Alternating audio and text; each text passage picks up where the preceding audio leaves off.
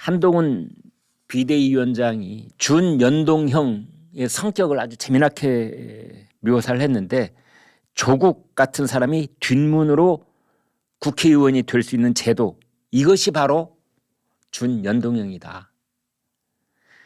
조국이라는 사람은 병립형 비례제에서는 국회의원 배지를 죽었다 깨나도 달 수 없다.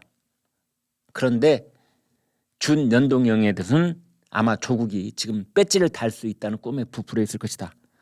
그런 마법 같은 역할을 하는 것이 준연동형이다. 이렇게 말했습니다.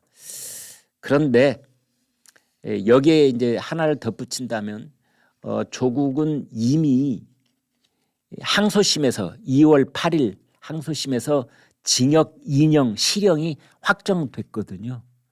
대법원 판결을 남겨두고 있는데 이것이 대법원에서 뒤집힐 가능성은 저는 거의 없다고 봅니다. 따라서 4월 10일 날 어찌어찌 해서 조국이 금배지를 단다고 해도 몇 달 뒤에 대법원에 실형 확정 선고가 나오면 바로 의원직 박탈될 가능성이 있다. 그래서 이제 오늘 아마 여의도에서 부산에서 죄송합니다. 부산에서 조국이 신당 창당을 발표한다. 지금 그렇게 예측이 돼 있는데요. 뭐 사전에 예고를 한 것 같습니다. 속보 나오면 바로 전해드리겠는데요. 이제 조국은 자기의 고향인 부산에서 신당을 만든다라고는 했지만 조국이 신당을 만드는 이유는 이재명이 안 받아주기 때문인 것 같습니다. 그런 말들은 어디에 나오냐 하면은 조국하고 문재인이 경남 양산 평산마을에서 저녁밥 먹었잖아요. 같이 그 문재인 전 대통령 부인 김정숙 여사도 뭐 그 자리에 앉아 있었다고 그러는데 지인들 몇 사람하고 저녁을 먹고 저녁 먹기 전에 문재인과 조국 두 사람이 만났던 것 같아요. 근데 조국은 이제 아마 자기가 신당을 만들 때 친문 쪽에 문재인 전 대통령 쪽이 어떻게 지원을 해서 신당을 꾸릴 수 있는지 뭐 이런 얘기를 나눴을 가능성이 있는데 여러분 잘 보십시오. 이재명도 친문 쪽하고 뭐 갈등이 빚어지거나 그러면은 불이 나게 경남 양산에 가서 문재인 만나잖아요. 조국도 어떤 정치적 고비를 넘을 때마다 또 내려가서 쪼르르니 그 문재인 전 대통령 만나잖아요. 그런데 여기서 포인트는 뭐냐? 문재인, 이재명, 조국 이 세 사람이 한꺼번에 만난 경우는 절대 없습니다. 절대 없습니다. 그것은 이재명은 조국을 절대 금배지를 달아주고 싶은 마음이 없는 겁니다. 적어도 민주당 소속으로 국회의원이 되는 기사회생하는 그런 문을 열어줄 생각이 1도 없다. 저는 그렇게 봅니다. 그래서 이제 조국이 신당을 만들어서 그다음에 더불어민주당이 지금 차려놓고 있는 밥상이 하나 있잖아요. 연합 비례정당 만들겠다. 그래서 녹색정의당이다, 뭐 새로운 진보연합이다, 뭐 진보당이다 등등 거기에 있는 다 모아가지고 자 민주당이 내가 맏형이니까 내가 알아서 할 테니 자 함께 하자. 대신 비례대표는 순번을 어떻게 정하고 지역구 안배는 어떻게 하고 이제 짬짬이 나눠먹기 이런 거 다 내가 정한 대로 하자고 이러고 있는데 그것을 받아줄지 안 받아줄지는 또 오늘 내일 사이에 무슨 뭐 얘기들이 오고 있죠. 여기에 조국이 끼어들 수 있느냐 없느냐가 지금 관건입니다. 근데 이재명 쪽에서는 거기 끼어주고 싶을 생각이 별로 없다. 이렇게 보는 거죠. 그래서 문재인 전 대통령이 했다는 말에 보면은 불가피성을 이해한다 이렇게 돼 있잖아요. 조국이 신당을 차리는 것에 대해서 문재인의 반응이 불가피성을 이해한다. 이게 무슨 뜻입니까 도대체? 불가피성을 이해한다니 그냥 지지한다 하면 될 것을 내 박수 쳐줄게. 내 돈 좀 붙여줄까? 밥값 좀 보태줄까? 차비는 있노? 이제 이렇게 하는 것이 그냥 아주 단순 명료한 건데 문재인 입에서 나온 말이 불가피성을 이해한다. 이건 뭐야? 불가피성이라는 것은 다른 길이 있으면 그 길로 가는 게 좋다. 그건 뭐냐? 민주당에 들어가서 정치를 하는 것이 좋다. 지금 민주당의 의원 숫자가 가장 많은 게 친문계입니다. 실권을 잡고 있지 못하기 때문에, 당 지도부를 장악하고 있지 못하기 때문에 주류라고 부를 수는 없지만 사람 머릿수로는 제일 많은 게 친문계라고도 할 수 있는 거거든요. 그런데 그에 조국이 끼어들 수가 없는 겁니다. 그래서 문재인 입장에서는 조국을 보면 좀 안타깝고 안쓰럽고 그런 기분이 들 수 있는 거지요. 네 어째 그렇게 밉보여가지고 끼어들지도 못하노. 그래 이제 저녁밥 먹으면서 어깨 두들겨주고 곧 있으면 감옥에 들어갈지도 모르는데 대법 판결에 나오는 순간 바로 감옥이 들어가지 않겠습니까? 징역 2년형이니까. 저희 시청자들께서는 제 항소심 재판부에 원성이 자자하시던데요. 왜 법정 구속 안 했느냐고. 아무튼 이제 판사도 여러 가지 고려가 있을 겁니다. 그 법정 구속을 하면 또 옥중 선거 운동을 하겠다, 뭐 옥중 출마를 하겠다 여러 가지 또 난리를 피울 수 있으니까 뭐 그렇게 고려를 했는지는 모르겠습니다만은 지금 상황이 그렇게 되어 있습니다. 문재인 전 대통령이 조국에 대해서 마음의 빚이 있다고 그러는데 제가 봤을 때는 어제 저녁밥 먹은 것 평산마을에서 마음의 빚을 다 청산했을지도 모른다. 그런 생각이 드는 겁니다. 그래 이재명이 안 받아준다면 어떡하겠어. 신당 만들으라고. 잘해봐. 이제 그런 것들이 있었다고 보는데 그것에 대해서 한동훈 비대위원장이 정말 기가 막힌 비유를 들은 겁니다. 뒷문으로 의원이 되는구나. 정문으로 들어가지 못하고 옛날에는 이렇게 들어가면 복열생이라고 그랬죠. 복열생. 요즘은 뭐 거의 그런 말 쓰지 않습니다만 예전에는 그런 말 많이 썼지 않습니까? 아버지가 와서 뭐 기부금 얼마 내고 복열생으로. 도덕적으로 민주당에서조차 출마할 수 없는 조국 전 장관이 뒷문으로 우회해서 국회의원 배지를 달 수 있는 제도가 준연동형 비례대표제다. 이제 그런 얘기를 한동훈 장관이 길게 얘기를 했습니다. 어떻게 보면 조국 전 장관 같은 절대로 국회의원이 될 수 없는 사람이 국회의원이 될 수 있는 것이 마법 같은 준연동형 제도다 이렇게 꼬집었는데요. 우리가 흔히 그런 말 합니다.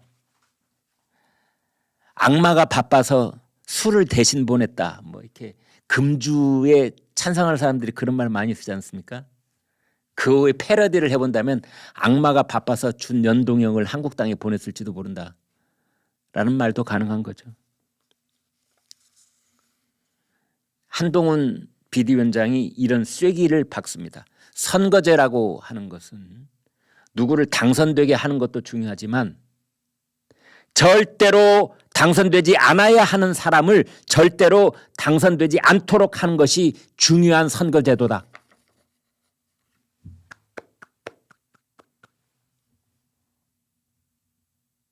여야를 떠나서 우파 좌파를 떠나서 이런 말은 다 옳은 말 아닙니까? 여야가 합의해서 또는 뭐 국민투표를 통해서든 뭐든. 뉴질랜드 같은 경우에는 선거제도 바꿀 때 국민투표로 바꿔요. 우리는 이재명이 바꾸지 않습니까? 이재명 마음대로. 지금 그렇게 되어 있잖아요. 이번에 그렇게 했지 않습니까? 그런데 그 선거제도라고 하는 것은 어떤 좋은 사람들이 잘 그 의회에 입성을 할 수 있도록 하는 것이 선거제도이지만 절대로 국회의원이 돼서는 안 되는 사람이 거기 이렇게 넘보고 찝쩍거리는 걸 막는 것이 바로 선거제도 아니냐. 이제 이런 겁니다.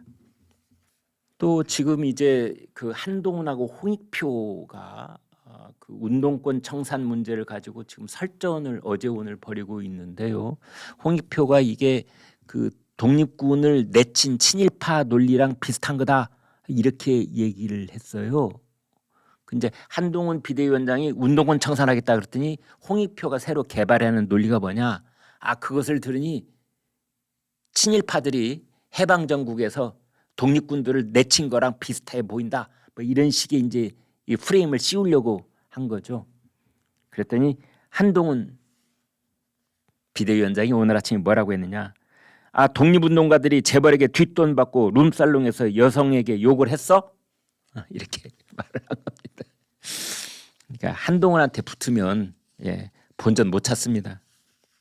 아무튼 지금 이제 그러고 있는 상황 이렇게 보시면 되겠습니다.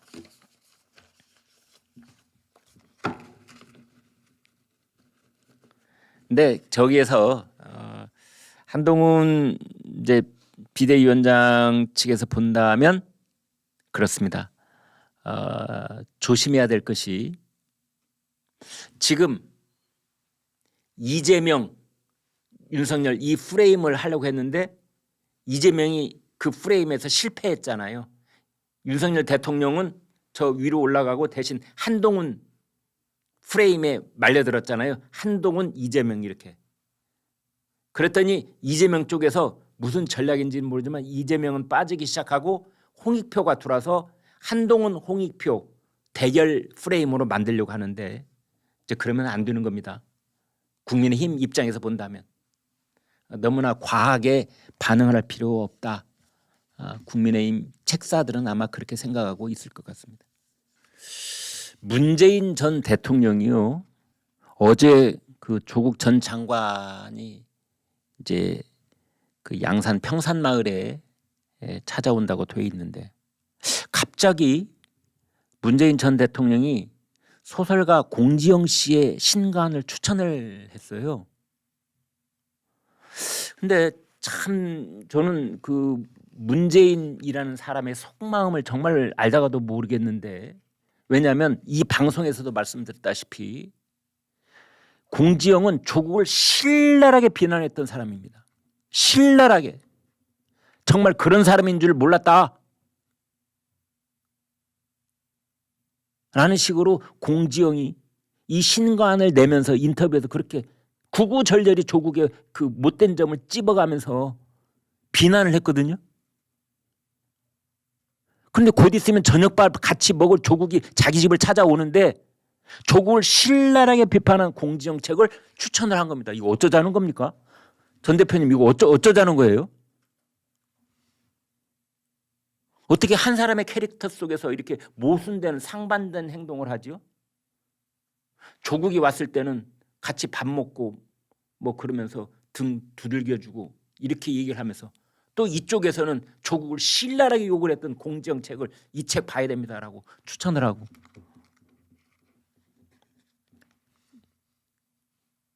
정신분열 비슷한 증세입니까? 그러지는 않겠죠. 책 제목이 너는 다시 외로워질 것이다. 문재인 전 대통령이 뭐라고 했느냐면요. 공지영 작가는 한국 문단에서 단행본이 가장 많이 팔린 최고 반열의 소설가이고 그동안 오랫동안 많은 독자로부터 사랑받았다. 그럼에도 그의 치열함 때문에 때로는 세상과 불화하고 많은 공격과 비난을 받기도 했다. 진실은 외로운 법이다. 나는 그의 외로움에 공감한다. 하지만 외로움 때문에 치열한 작가 정신이 무뎌지지 않기를 외로움이 그의 문학적 깊이를 더해주기를 바란다. 문재인 전 대통령이 문학평론가인 줄 알았습니다.